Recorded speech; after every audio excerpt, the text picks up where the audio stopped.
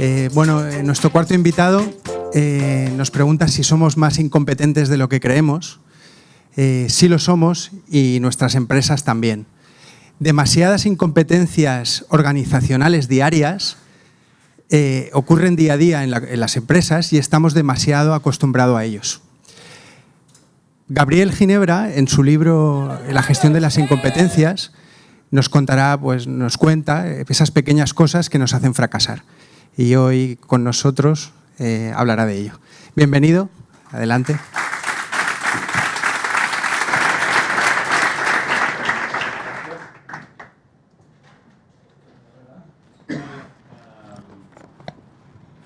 Muchos años en el ámbito de la empresa y de la formación de empresa alrededor del concepto de excelencia, ¿no?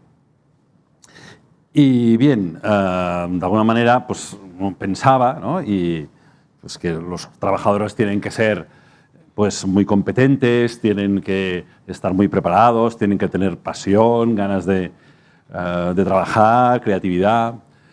Y los jefes mucho más, ¿eh? Los jefes tenían varios másters, sabían muchos idiomas. Y la empresa, pues como un sitio, pues realmente como un vídeo que ahora se ha distribuido mucho sobre Google, ¿no? Que parece que tú vas a trabajar y vas a divertirte, o sea que lo último que haces es... Y bien, esto, digamos, de alguna manera es una parte de la realidad. La verdad es que la experiencia cotidiana en las oficinas, pues, y fuera de ellas uno encuentra, pues, junto a competencias, pues también encuentra pues, perezas, también encuentra vagancias, también encuentra envidias, ¿no? Y junto a esos jefes que teóricamente pues, están solo pues, a tu servicio y te escuchan, pues la verdad que el día a día a veces es mucho más duro, ¿no? Y se nota más, al menos, ¿no? Pues la exigencia. De alguna manera, pues hay este contraste. De hecho, esta mañana me he entretenido a ver anuncios, de esos que antes había muchos, ahora hay menos, anuncios de empleo, ¿no? Y me ha hecho gracia, jefe de cocina, se requiere profesional con una experiencia en puesto similar de al menos 2 años, segundo jefe de cocina, de una sidrería, habilidad para la coordinación de personal, conocimientos de cocina, capacidad de trabajo. Bueno, no está mal, no está mal lo que se pide. Este otro contable dice experiencia mínima de 3 años, residencia en el sur, dominio del programa Noray y paquete Office, afán de superación, profesional resolutivo, flexibilidad horaria. Y todavía este otro, casi los primeros que he encontrado. En este caso es un auxiliar administrativo. Para auxiliar administrativo se necesita, según este anuncio, formación universitaria, empresarial, ESADE, recién titulados. No cualquiera, recién titulados. Pero es que además don de gentes, atención al cliente, proactivo, etcétera, ¿no? Yo me acuerdo un amigo que decía que había entrado a una empresa con esa ilusión inicial y que ahora llevaba pues, un par de meses y ya se había desengañado, ¿no? Entonces fue un poco a su contratador, a su empleador, que en su descripción inicial pues, parecía que una empresa que todo era felicidades y ahora pues, había tenido que trabajar más, quedarse a lo mejor tarde. Y entonces dijo que, bueno, un poco se quejó de que la empresa no era lo que parecía, ¿no? Y que le dieron la siguiente respuesta. Dice, hombre, sí, es verdad, no era tan bonito como te lo pintábamos. Pero claro, es que tú también en tu currículum, ¿no? Pintabas una visión, ¿no? Y un personaje que no es ni la mitad, con lo cual estamos empates, ¿no? Bien, pues eso es mejor que intentamos superar esta dicotomía. También esta mañana he hecho un análisis muy interesante, es coger un concepto y buscar qué imágenes representan ese concepto. Y en este caso el concepto que buscaba en una base de datos de fotografías era directivo, manager, y lo que me ha parecido es esto. Si lo veis bien, ¿no? Pues una persona pues, joven, relativamente de buen aspecto. No sé si este es el perfil que uno diariamente en la oficina encuentra, ¿no? A lo mejor, luego lo he contrastado con empresarios reales que sí que sé que lo son, seguramente esta no lo es, y varios, y hay un cierto cambio. O sea, en cierto cambio, son empresarios, directivos, distintos. Bueno, de alguna manera, por aquí viene este nuevo enfoque.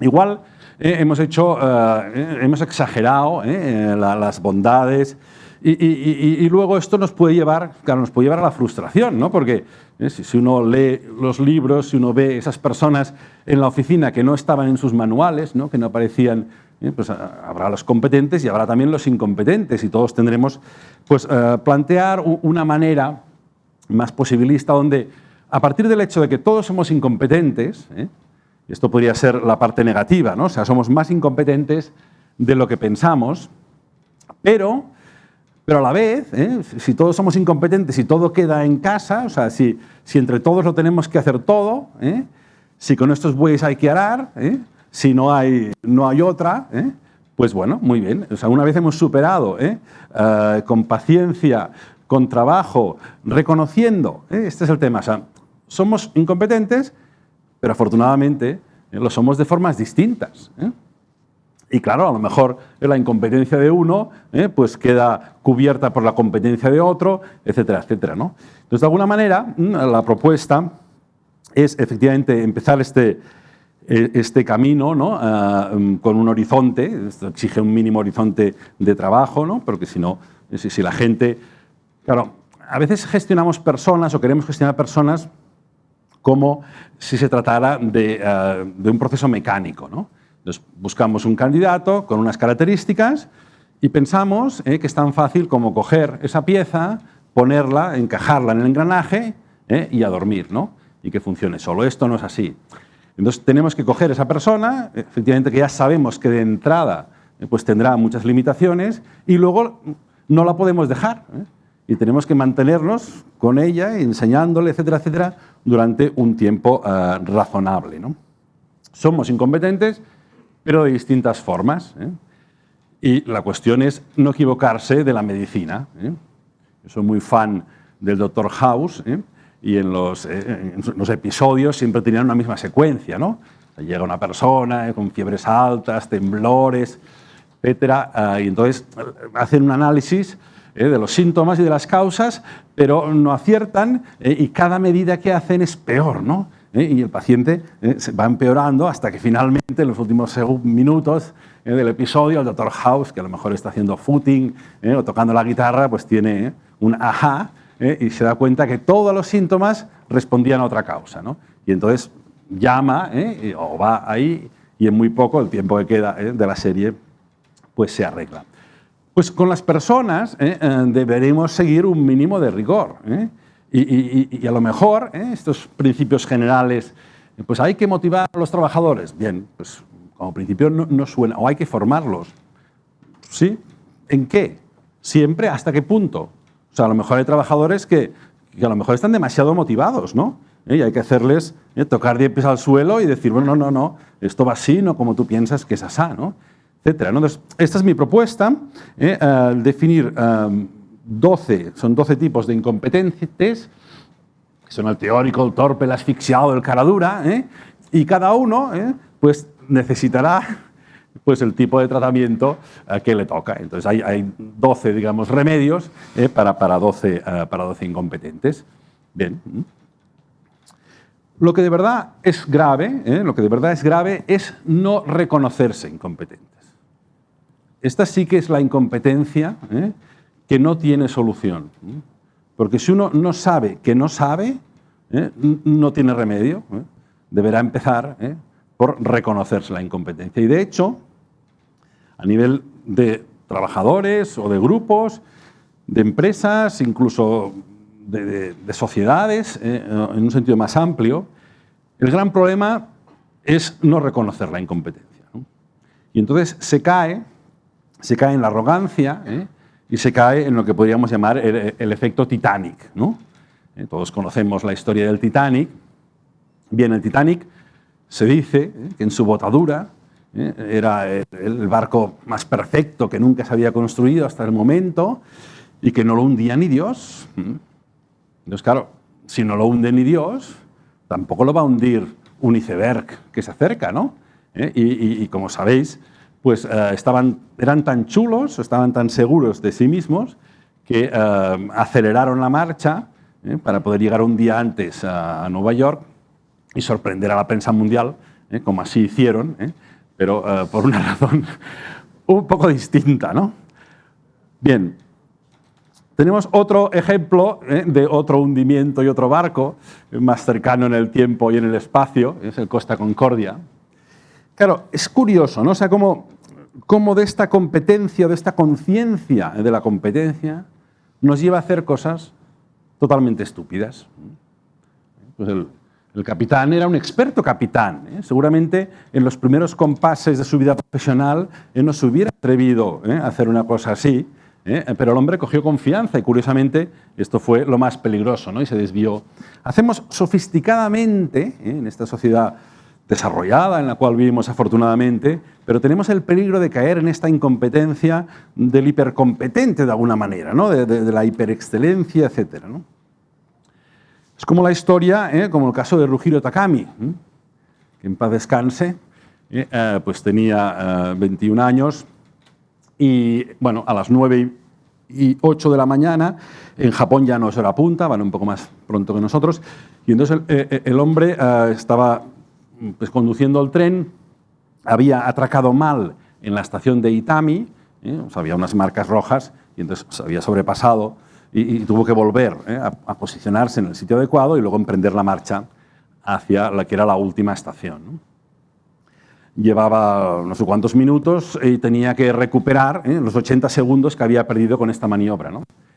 Y entonces el hombre estaba realmente preocupado y estaba hablando con el revisor sobre el parte que tenían que dar, que a ver si ponían 8 metros en vez de 12 porque era una calificación menor.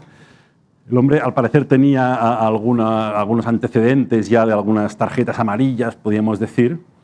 Y bien, quiso recuperar esos 80 segundos que le quedaban para ponerse en línea y a la vez hablaba con el supervisor de la línea, etc. Bien, aquí tenéis el resultado. 107 muertos y, bueno, un montón de heridos. Pasaba, de hecho, por una ciudad, por Amagasaki, incluso algunos de los muertos pues, no eran del tren. Y claro, la cuestión es, de alguna manera, ¿cómo se llega hasta esto? Porque, claro, la empresa, la West Japan Railway Company, o sea, el tren en Japón es lo máximo, ¿no? O sea, no es cualquier cosa, ¿no? Y inicialmente, la Asociación de Víctimas quitó a Rujiro Takami de la lista.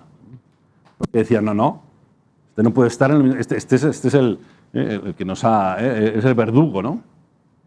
Claro, luego la cosa pues se elaboró más y con los años, digamos, los tribunales del Japón condenaron a la empresa subsidiariamente porque de alguna manera entendían que eran las políticas, o sea, más allá del pobre diablo de sus propias incompetencias personales, era la propia organización que en ese afán de búsqueda de la hiperexactitud, de la hiperexcelencia, pues había provocado más males que los que realmente puede significar 80 segundos en la vida de una persona, ¿no?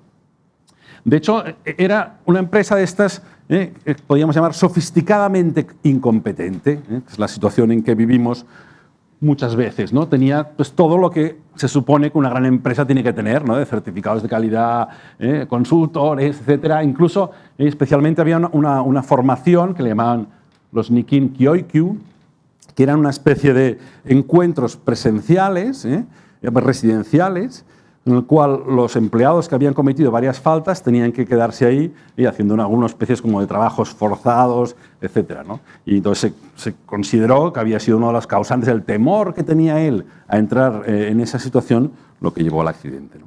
Bien, de alguna manera esta es la reflexión que a nivel de empresa e individual vivimos en un mundo muy barroco, donde tenemos de todo, o sea, tenemos todo tipo de procedimientos, de legislaciones, ¿no? Estamos acostumbrados a legislaciones sobre cómo hay que escribir los emails, sobre cómo hay que enviar las comunicaciones, cosas muy menores, que nadie se lee, por cierto. Y en cambio todo esto nos hace perder el sentido común, de alguna manera, nos hace perder el enfoque a las personas y al acto que estamos produciendo, ¿no? Mi propuesta o parte es un poco relajarse, y ir a lo que podríamos llamar el efecto o la tendencia del barroco al bikini, que se mueve por el menos es más. O sea, menos desde menos tiempo en una charla, desde menos slides, desde menos ítems en un plan de objetivos, desde menos contenido en las responsabilidades básicas, ¿no? Aquí tenemos una foto, de hecho, que la saqué en un pueblo por aquí cerca de Barcelona, pues que esta casa tiene 3 números, ¿no? Entonces, claro, ya no se sabe qué número tienes, ¿no? O sea, en las organizaciones a menudo nos encontramos esa situación. Empresas que tienen 4 encuestas de clima, no me invento nada, ¿no? Que tienen un montón de campos, ¿no?, que están buscando a la vez, con lo cual difícilmente ninguno de ellos es suficientemente relevante, ¿no? Bien, de este mundo atolondrado que nos lleva pues a estrellarnos, pues proponemos, ¿no?, el espíritu de Vermeer, los proyectos Vermeer, que se manifiestan en nuestros cuadros, ¿no?, donde se percibe esa paz, esa concentración total en el trabajo, ¿no? Que lo ha explicado muy bien en ese título de un librito pequeño que se llama El sofrito y el móvil. Me parece que estamos tan atolondrados, ¿no?, que a menudo pues vivimos situaciones así. Es muy triste, ¿no? O sea, te imaginas esta chica con un traje chaqueta, con el móvil, haciendo el sofrito, el móvil caerá en el sofrito, el traje chaqueta, pues no vamos bien. Yo creo que no vamos bien. Tenemos que relajarnos, tenemos que aprender este espíritu de Vermeer. Y cuando vayamos lentos, descubriremos muchas cosas. Sobre todo descubriremos a las personas que tenemos alrededor, ¿no?, que tendrán un montón de cualidades, también de defectos, pero que nos pasan tan deprisa que no nos enteramos, ¿no? Acabo pues con un par de citas que utilizamos muy a menudo, un poco como llamada a este mundo y a este liderazgo pacífico. A veces parece que cuando más líder es alguien, más deprisa va, menos te mira la cara, vamos mal, ¿no? Más pasa de un sitio para otro, ¿no? Como decía aquel, que a veces los empleados ven a los jefes, un amigo vasco, decía como las vacas ven pasar al tren, O sea, el tren boom, pasa, ¿no?, y uno está ahí y no es atendido, ¿no? Todos utilizamos esta frase, lo bueno es breve 2 veces bueno. Lo que no sé si sabemos es que es de Baltasar Gracián.